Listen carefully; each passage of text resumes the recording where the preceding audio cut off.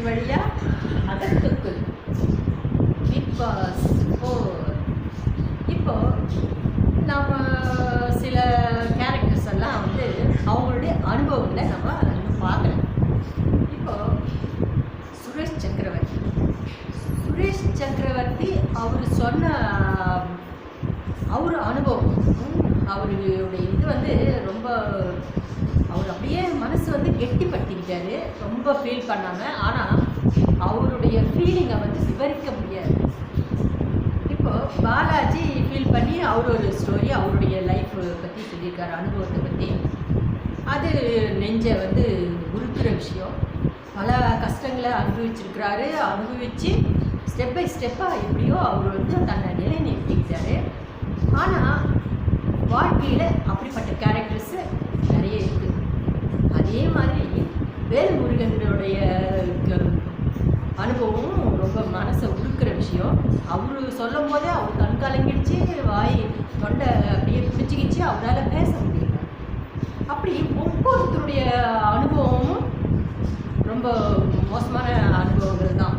அதே மாதிரி நம்ம நாட்டில் எவ்வளோ பேர் இருக்கிறாங்க? 130 கோடி ஜனம் இருக்கிறாங்க. 130 கோடி ஜனத்தில் ஒரு சுமாராக ரொம்ப பணக்காரங்க, எந்த கஷ்டமும் இல்லாமல் ஓஹோன்னு வாழுறவங்க பிரச்சனைங்க இருந்தாலும் இப்படிப்பட்ட சாப்பாட்டுக்கு கஷ்டப்படுற மாதிரியோ, வாழறதுக்கே வழி இல்லாமல் வாழ்க்கை போராட்டத்தை அனுபவிக்கிற மாதிரியோ பணக்காரங்களுக்கு ஏற்படுறதில்லை. அவங்களுக்கு உரிய அனுபவங்கள் வேறு மாதிரி இருக்கும். அப்படிப்பட்ட பணக்காரங்க நம்ம நாட்டில் 130 கோடியில் ஒரு 30 கோடி ஜனத்தை விட்டுடும். மிச்சம் பேர் ஒரு 100 கோடி ஜனம் எப்படிப்பட்ட கஷ்டத்தில் அனுபவிச்சுட்டு இருப்பாங்க. இவங்களுக்கு ஏற்பட்ட அனுபவங்கள் மாதிரி அவங்கவுங்க வாழ்க்கைக்கு அவங்கவுங்களுக்கு ஒவ்வொருத்தருக்கும் ஒவ்வொரு அனுபவம் மனசை உருக்குற மாதிரியும் ரொம்ப நினச்சவங்க பார்க்க முடியாத அனுபவங்கள் இருக்கும். இப்போ பிக் பாஸில் நடக்கிறத பார்த்து ஃபீல் பண்ணுறா நம்மன்னா அப்படிப்பட்ட அனுபவங்கள் எக்கச்சக்கம் ஒரு 100 கோடி ஜனத்துக்கு இருக்குமே. நம்ம வாழ்க்கையில் நம்ம எல்லாத்தையுமே பார்த்துருக்கோம். வேல்முருகனுடைய வாழ்க்கையில் ஏற்பட்ட அந்த அனுபவத்தையும் பார்த்துருக்கோம். சுரேஷ் சக்கரவர்த்தியுடைய அனுபவம் ரொம்ப பரிதாபத்துக்குரியது. இருக்க ஒரே ஒரு பையன், அதுவும் 16-17 வயசில் அந்த பையனுக்கு அப்படிப்பட்ட ஒரு நோய் வந்ததுன்னோ, ஒரு தாய் தந்தைக்கு அவங்களுக்கு இருக்கிற அந்த ஒரு பையனுக்கு அப்படி இருக்கும்போது எவ்வளோ ஃபீல் பண்ணியிருப்பாங்க, எப்படிப்பட்ட ஃபீலிங் அவங்க வந்து அனுபவிச்சிருப்பாங்க, எவ்வளோ போராடி இருப்பாங்க. அந்த பையன் இப்போ நல்லா இருக்கிறான்னு கேட்கும்போது ரொம்ப சந்தோஷமாக இருக்குது. அப்படிப்பட்ட அனுபவம் வந்து கொஞ்சம் கம்மியாக இருக்கும் ஜனத்துக்கு. மற்ற அனுபவங்கள்லாம் எல்லாமே ஏற்பட்டிருக்கும்.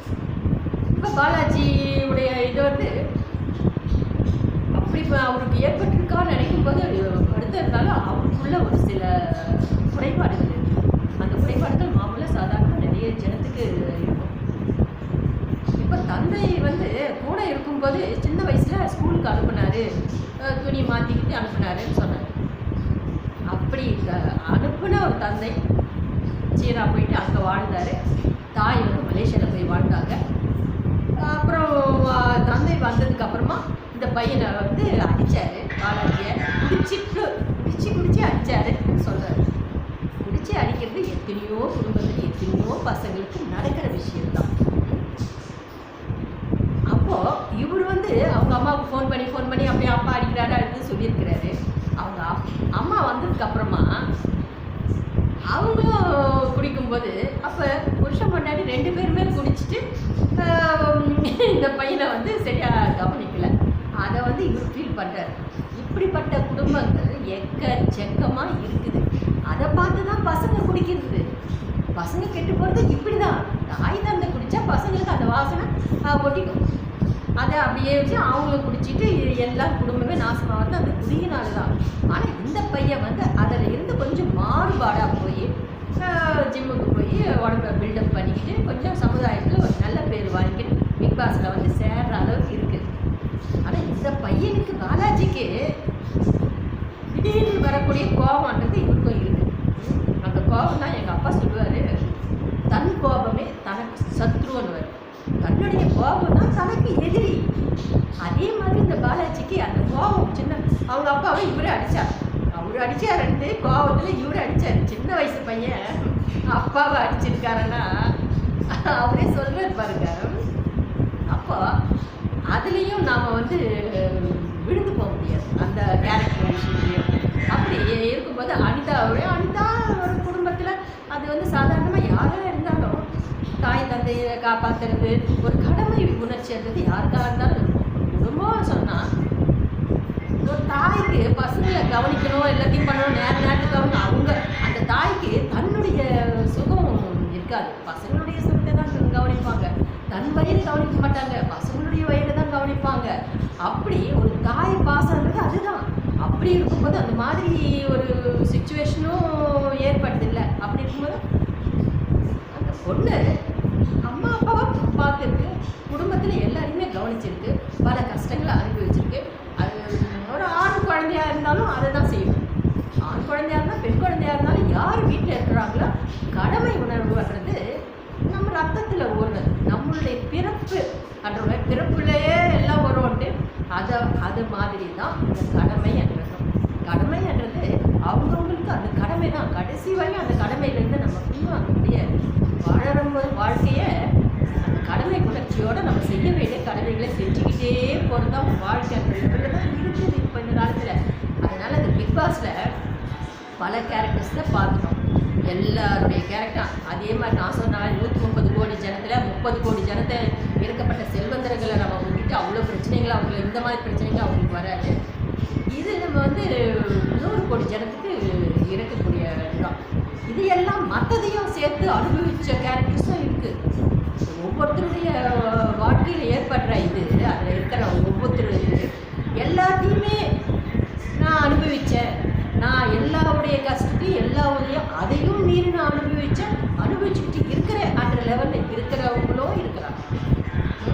ஆனால் எல்லாத்தையும் தாங்கிக்கிட்டு வாழ்வாங்க. அவங்க எல்லாத்தையும் தாங்கிக்கிட்டு பல இதையும் வந்து ஒவ்வொரு ஸ்டெப்பாக பார்த்து எங்கள் அப்பா சொல்கிறார், சுற்றிலும் பாம்பு மாதிரி தேலு மாதிரி எல்லாமே இருக்கும். ஆனால் அதையெல்லாம் மீறி அதையெல்லாம் தாண்டி மனுஷன் வாழணும். மனுஷனுடைய வாழ்க்கை எப்படி இருக்கும்? நம்மளை சுற்றி தேலு பாம்பு எல்லாமே இருக்கும். அதையெல்லாம் தாண்டி போய் வாழணும். அப்படிப்பட்ட வாழ்க்கையாக இருக்கும். அதனால் வந்து எதுக்குமே நம்ம கலந்துக்கூடாது, எந்த இதுவும் இருக்கக்கூடாது. இப்போ பிக் பாஸில் எல்லோரும் சொல்ல வேண்டியதெல்லாம் சொல்லிட்டாங்க. எல்லாம் முடிஞ்சிடுச்சு. இப்போ இவர் வந்தார், கமல் சார் வந்தார். அகத்துக்கு போவோம், அகத்துக்கு உள்ளே போவோம்னு சொல்லியாச்சு. அகம் டிவி வழியாக அகத்துக்குள்ளே போவோம். ஓகே, இப்போ வந்து அங்கே என்ன ஏதாவது ஒவ்வொருத்தருக்கும் என்ன ஏதுன்னு அவர் எடுத்து சொல்லிட்டார். துப்புறதாங்க அவர் சொன்ன மாதிரி எச்ச விட்டேன்னு சொல்லுவோம். கரெக்ட் தான். முதல் நாங்கள் பேசும்போது நான் தான் அன்றைக்கி ஃபஸ்ட்டு வீடியோவில் ஃபஸ்ட்டு சொல்லியிருந்தேன். முதல் ரிவ்யூ போடும்போது சொன்னேன், நம்ம பேசும்போது எச்சது ஆட்டோமேட்டிக்காக சில பேருக்கு வரும். அது ஒன்றும் பெருசு கிடையாது. அதையே தான் கமல் சார் சொல்லியிருக்காரு. அதே மாதிரி சில நான் சொன்னதெல்லாம் கூட அவர் சொல்லியிருக்கிறார். அது அந்த டேபிள் துடைக்கிற விஷயம் ரிவ்யூவில் போட்டவங்க யாருமே அதை வந்து சொல்லலை. நான் மட்டும்தான் அந்த டேபிள் துடைக்கிற விஷயம் சொன்னேன். அதையும் கமல் சார் சொல்லியிருக்கிறார். டேபிள் துடைக்கிற விஷயம் அப்போ தான் துடைக்கணுமா, அது அப்புறமா கூட துடைக்கலாம், விட்டு கூட துடைச்சிக்கணும். கொஞ்சம் எழுப்பி துடைக்கணும்னு கிடையாது. அது எவ்வளோ இதாச்சு. அது அவரும் சொல்லியிருக்காரு. இப்படி நான் என் கண்ணோட்டத்தில் நான் பார்த்ததை அவங்களும் அப்சர்வ் பண்ணி கரெக்டாக சொல்லியிருக்கிறாங்க. இப்போ பிக் பாஸில் யாருமே அங்கே சொல்கிறவங்க எல்லாருமே அந்த பிக் பாஸ் அந்த அவர்கிட்ட போய் சொல்கிறதுலையும் மறக்கலை, கேமராவையும் மறக்கலை. எந்த நேரத்திலும் அவ்வளோ ப்ரிப்பேர்டாக வந்திருக்கிறாங்க. அதனால தான் இவர் சொல்கிறாரு, மொட்டை சுரேஷ் சக்கரவர்த்தி ஏன்னா மொட்டை தலையாகவே இருக்கிற இன்னும் வளரல. நேற்று கொஞ்சம் வளர்ந்துருக்கணும் இவங்க நாளைக்கு. அது இதுவே தெரியல பாருங்க, வளர்கிற மாதிரியே தெரியல. மொட்டையாக அப்படியே ஷைனிங்காக இருக்குது. சுரேஷ் சக்கரவர்த்தி பற்ற வச்சா கூட பற்றிக்க மாட்டேங்குது. வெளியிலேயே நல்லா ஈரம் பண்ணி அதை எடுத்துகிட்டு வந்து பட்டாசை வந்து உள்ளே போட்டிருக்காங்க பொழுது வெடிக்க மாட்டேங்குது அப்படின்னு சொல்கிறாரு. அப்போ ரொம்ப வெடிக்கணும், ரொம்ப பற்றிக்கணும், ரொம்ப சண்டை சச்சரவாக அப்படி விளையாட்டாவாக இருக்கணும்னு அவர் எதிர்பார்க்குறாங்க போல. இருக்கிற கொஞ்சம் கொஞ்சம் சண்டையை பார்க்கறதுக்கே நிறைய பேர் என்ன சொல்கிறாங்க, வெளியிருந்தெல்லாம் அப்படி சண்டை சச்சரவுன்னு இருக்குன்னா இதில் விடுவா சண்டை சச்சரவுன்னு அதை வேற நம்ம பார்த்து நம்ம தலையை வெடிச்சுக்கணும் மாதிரி சில பேர் சொல்கிறாங்க. இப்படி இருக்கும்போது சுரேஷ் சக்கரவர்த்தி இன்னும் பத்திக்கலையே, இன்னும் ரொம்ப மூடலையே, ரொம்ப சண்டை இதாகலையேன்னு அவரு குறைப்பட்டுக்கிறாரு. இனிமேல் எப்படி போது பார்க்கலாம். ஆனால் எல்லாருமே சொன்ன மாதிரி முகமுடிய இப்போ வந்து ரியோ சொன்னதில் அர்த்தம் வந்து இவர் கரெக்டாக சுரேஷ் சக்கரவர்த்தி சொன்ன விஷயத்தை ரியோ புரிஞ்சுக்கணும். அவர் சொன்ன மாதிரி உதாரணத்துக்கு எடுத்து சொன்னால் என்னையே உதாரணத்துக்கு எடுக்கிறீங்க, அவர் தப்பாக எடுக்கலை, உதாரணம் வந்து தப்பாக எடுக்கலை. முகமுடிய விஷயம் அவர் தன்னை மறைச்சிக்கிற மாதிரி அவர் சொன்னது, இவர் வந்து சுரேஷ் சக்கரவர்த்தி சொன்னது தப்பு கிடையாது. ஆனால் ரியோ புரிஞ்சிக்கல. அப்போ அந்த கோபம்ன்றது அவருக்குள்ளே இருக்குது, அதை தான் அவர் மறைச்சிக்கிறார். ரியோவுக்கு கோபம்ன்றது சில ஃபீலிங்ஸ் வந்து வெளிப்படையாக சொல்லாமல் பிக் பாஸில் மறைக்கிறாருன்றது அவரே ஒத்துக்கிட்டார் இப்போ. அதனால் வந்து அது அவர் தானாக வாயிலிருந்து வந்துடுச்சு. ஆனால் சுரேஷ் சக்கரவர்த்தி அவர் வந்து தவறான கண்ணோட்டத்திலையோ தவறாக ஒரு வார்த்தை சொல்லலை, புரிஞ்சிக்கிற விதம் அவருடைய கோபம் வந்து அவர் தெரியாமல் அவர் அப்படி நினச்சிக்கிறாரு. அது அப்படி தான் சட்டை எப்படி மூலம்னா புரிஞ்சிக்காம பேசுறது. ஒருத்தர் ஒன்று சொன்னாங்கன்னா அதனுடைய சரியாக என்ன நினச்சி சொல்கிறாங்க அப்படின்றது புரிஞ்சிக்காம வேறு மாதிரி. ஏன்னா ஒவ்வொரு வார்த்தைக்கும் ரெண்டு மீனிங், டபுள் மீனிங் சொல்கிறது காரணம் தான். ஒரு மீனிங் நல்லதாக இருக்கும், ஒரு மீனிங் இன்னொரு மாதிரி இருக்கும். அந்த இன்னொரு மாதிரி இருக்கிற மீனிங் தான் இப்படி நினச்சிக்கிட்டு தான் சண்டையே மூழுது. அது ஒருத்தர் சண்டை எவ்வளோ போட்டு சண்டைக்குன்னே இழுப்பாங்க, வேணும்னே சண்டைக்கு இழுத்தா சண்டை போடுவாங்க. அதெல்லாம் புரிஞ்சுக்கிட்டு தெரிஞ்சும் தெரியாமல் இருந்தால் அந்த சண்டையே வராது. இப்போ பிக் பாஸில் எப்படி இருக்குது பொசிஷனு, ஓரளவுக்கு அப்படியே காமாக போகுது. என்ன காரணம்னா இன்னும் யாருமே வந்து அந்த கேமராவை மறக்கலை. இப்போ அறந்தாங்கி நிஷா பர்த்டே விஷயத்த கேமரா முன்னாடி வந்து சொல்லிட்டாங்க, பர்த்டே கொண்டாடிட்டாங்க. வெட்டிங் டே விஷயம் சொல்லிட்டாங்க, எல்லோரும் வெட்டிங் டேக்கு வாழ்த்திட்டாங்க. ஒவ்வொருத்தரும் அவங்கவுங்க வந்து கேமரா முன்னாடியே வந்து சொல்கிறதா இருக்குது பொசிஷனு. கேமராவை மறந்தால் தானே ஜனத்துக்கு வந்து சரியான வழியாக நமக்கு வந்து மேட்ரு கிடைக்கும். கேமராவை யாரும் மறக்கலையே. கேமராவை மறக்கிற வரையும் பிக் பாஸில் இப்படி தான் போயிட்டுருக்கோம். அது ஆனால் ஒரு காலகட்டத்தில் கண்டிப்பாக கேமராவை மறந்துடுவாங்க.